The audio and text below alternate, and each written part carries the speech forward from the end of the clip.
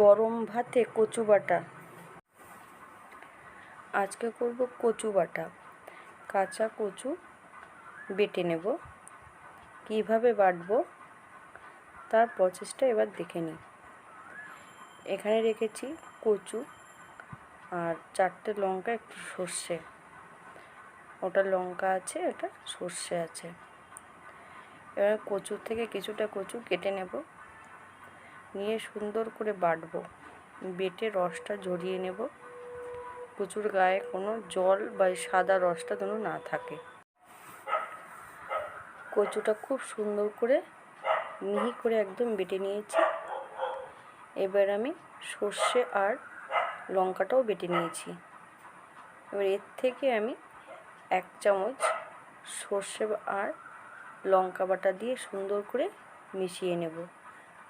আপনারা হাত দিয়েও মেশাতে পারেন বা চামচ দিয়েও মেশাতে পারেন। আমি 1 চামচ তেল দেব, দিয়ে সুন্দর করে মিশিয়ে নেব। এখানে সর্ষের তেল দিতে হবে, এটা কাঁচা তো, অন্য তেল দিলে টেস্ট লাগবে না। আমি খুব সুন্দর করে মিশিয়ে নিয়েছি। নিয়ে এবার আমি ভাতের উপরে বসিয়ে দিয়েছি।